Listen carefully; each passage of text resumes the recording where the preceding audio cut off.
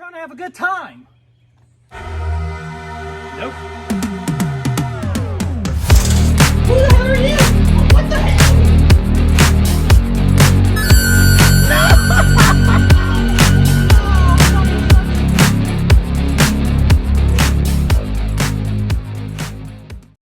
What's going on, guys and gals, and welcome to Good Reel Hunting. We're having a good reel, so you don't have to. So, boy, Brad, the Brett Man's right over there. Tomorrow, Cocaine Bear is coming out to a theater near you, but today we're going to be talking about the real story behind the Cocaine Bear, the actual true story that inspired the movie, Birdie.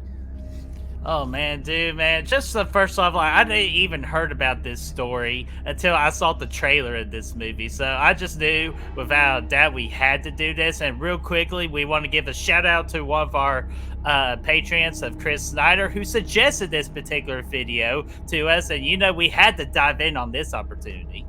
Absolutely. And you know what?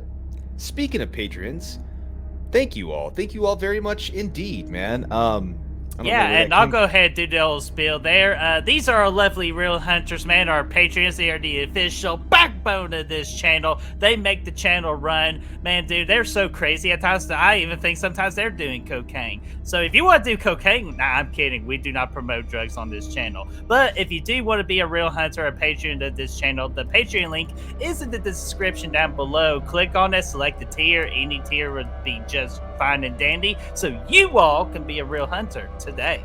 Right, and if you can't be on Patreon, that's fine. Just being here in this video, liking it, hitting that comment section down below, all that fun stuff, hitting that share button really helps us tremendously as we try to hit our goals.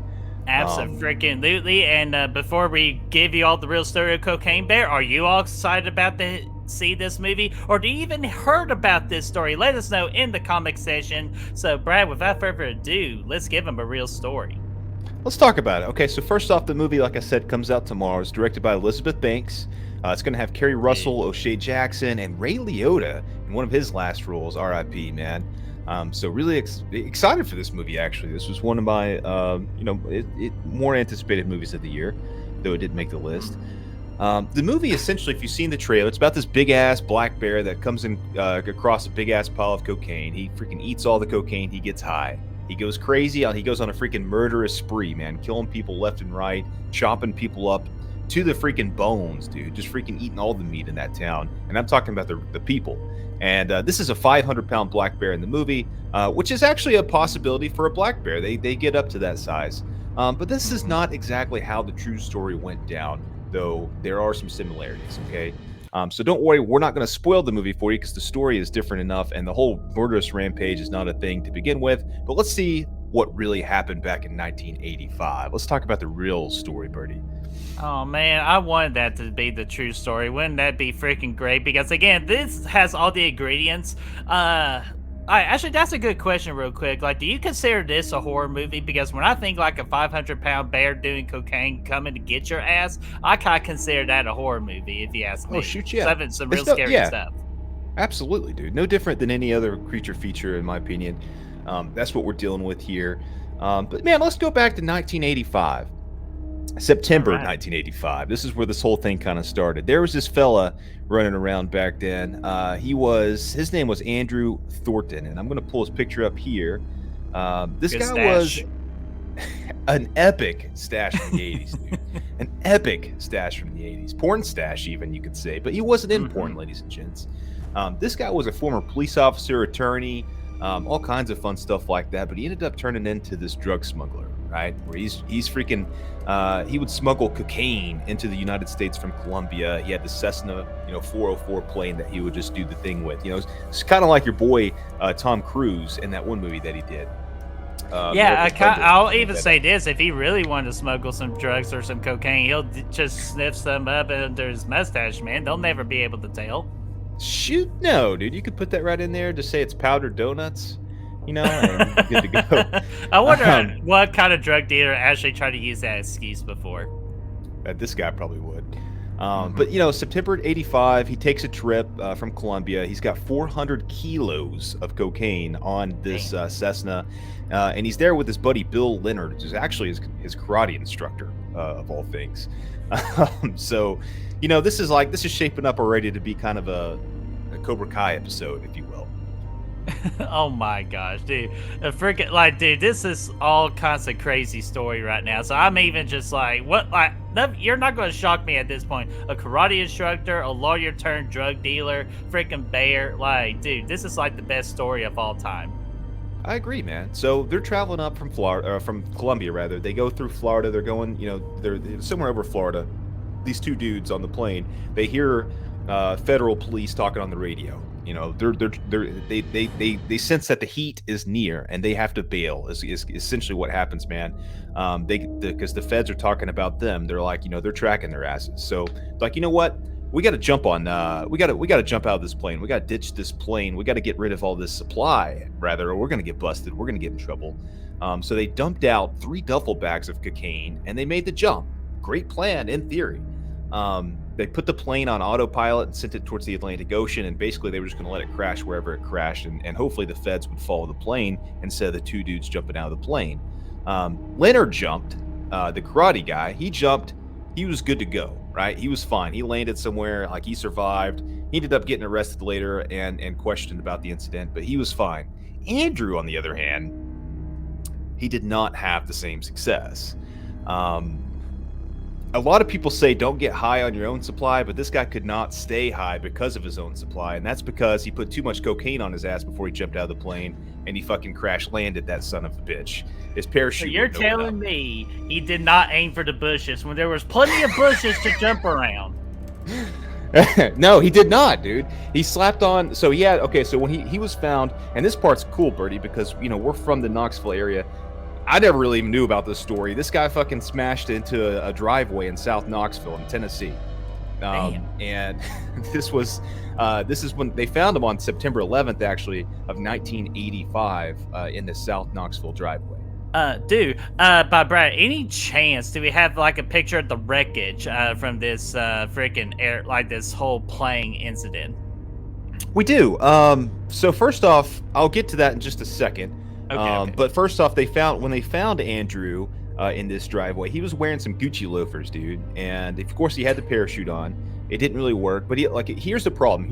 This was his problem. His parachute couldn't open because he had all this shit on. He had a bunch of weapons on him. He had body armor on. He had thousands of dollars of cash on his person. 77 pounds of cocaine, which is wrapped in a duffel bag around his waist. That's a $14 million value, by the way, just in one duffel bag. Dude, I'm gonna go ahead and let you know this sounds like a mission from Grand Theft Auto. It does, except usually you would survive said mission and not freaking crash land on the ground. Either that or you'd crash land the plane after you make it to the end. Dude, it's like, I'm just imagining the sound of like him hitting the ground if it's just the whole Grand Theft Auto death thing happened, like splattered or something like that. I'm such an asshole, but wasted. Yeah, it's 1985, man. It's September. It's football season. You're probably right across the street from Neyland Stadium right now. There's probably a game. I don't know if it was a Saturday. I can't remember. I don't think it was. But you know what? A game was probably just played at Neyland Stadium. Then next thing you know, some dude full of cocaine comes smashing under your driveway. That's pretty much what happened here. So this was actually close to an airport in South Knoxville, which I've been to before. But I think his plan was to actually land at that airport and run off from there. So anyway, it was a Wednesday, by the way. It was a Wednesday. So there was no game per se, but they were definitely practicing somewhere. Let's say that. Mm-hmm. But anyway, they also found a key on his ass, and this key matched the tail number of a wrecked plane they located in Clay County, North Carolina, which is about 60 miles away. So that's the wreckage, my brother. They expect to find one of us in the wreckage, my brother. Here's a picture of that. You can't really see much. It's an old picture, obviously, but here it is nonetheless. Oh my dude. Yeah.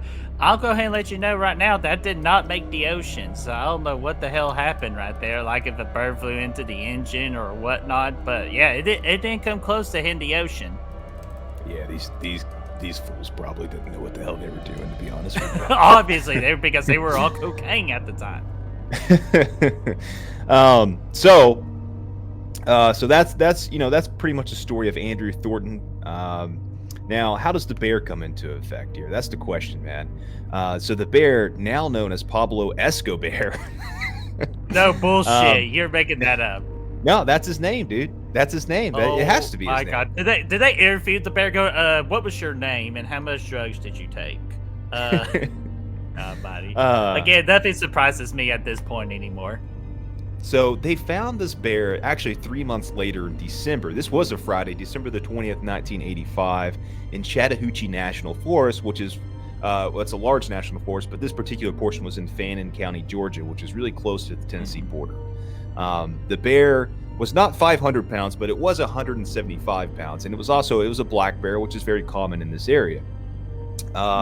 So alongside the bear, the GBI, the Georgia Bureau of Investigation, located 40 open containers with trace amounts of cocaine in the area, which came from a duffel bag, which originally had about 75 pounds of cocaine, which combined with earlier, I think, how much did our boy had? He had 77. He had another duffel bag, 77 pounds.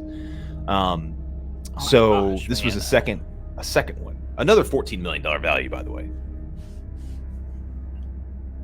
Thank God, man. Like, just freaking drugs everywhere, man. Like, it's a bear being 197 pounds or something like that. Like, dude, that's still a big ass bear. That bear, like any kind of bear, I don't even care if it's a cub bear. Like, I'm fucking running.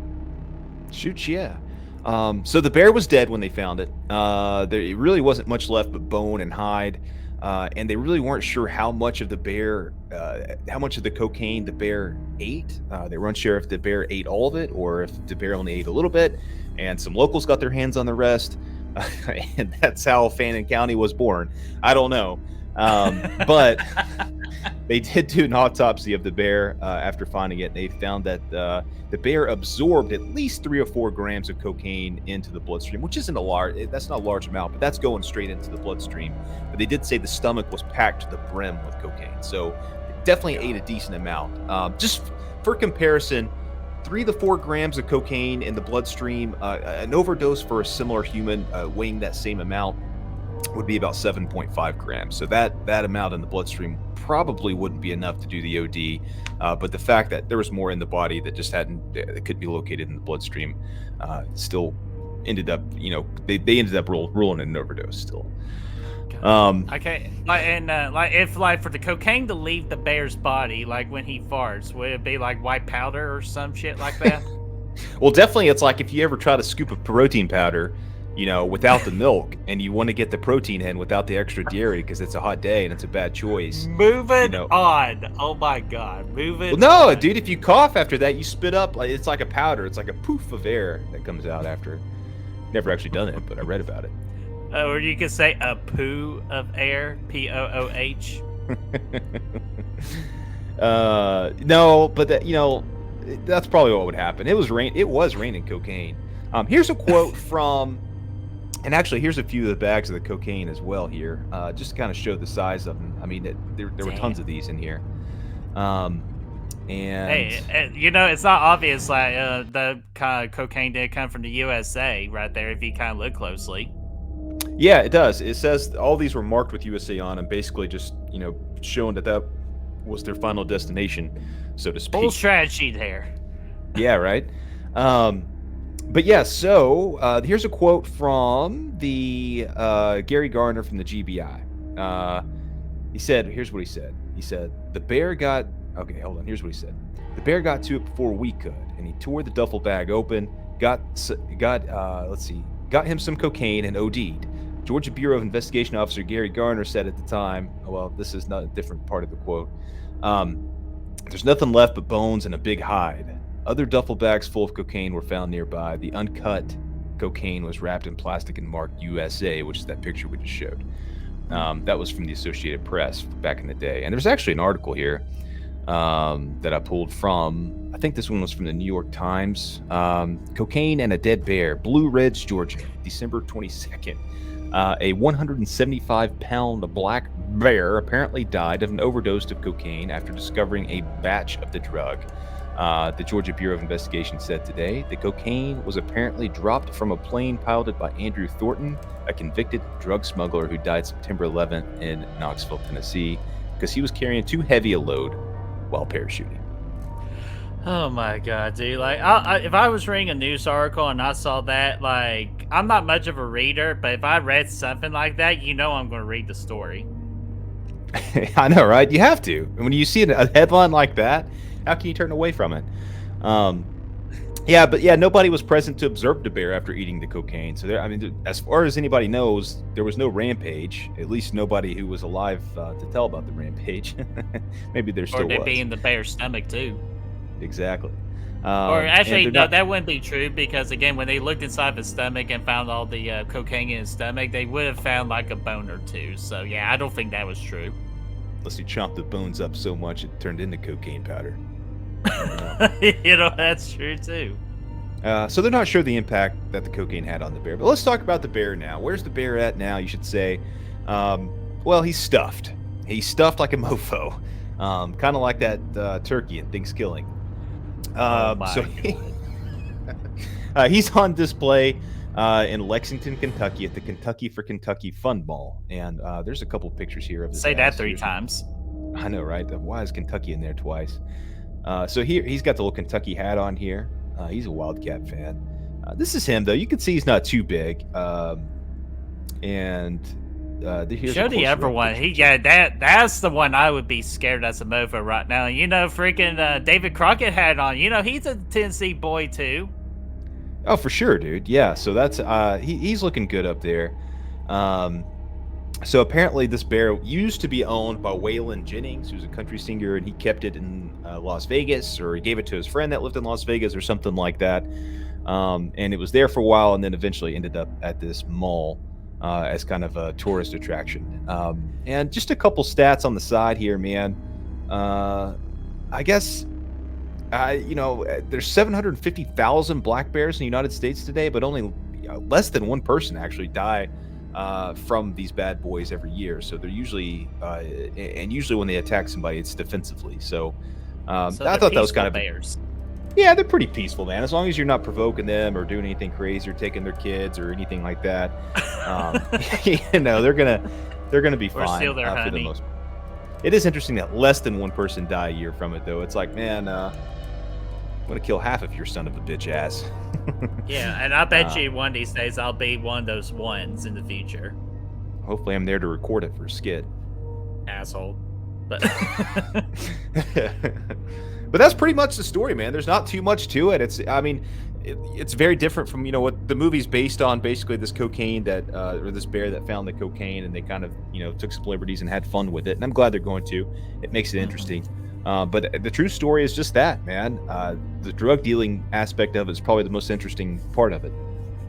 yeah, man, and just kind of like to see like I'm actually looking forward to the kills, like in the movie that is, but just to hear like these like little detailed facts, like of the story of the real story going into the movie, just to see how much they play off of it and like how much they choose to reveal. That's going to be just kind of interesting for us. But what really makes us proud is the whole Knoxville reference. Like even in the trailer too, I did the Leah point like, hey,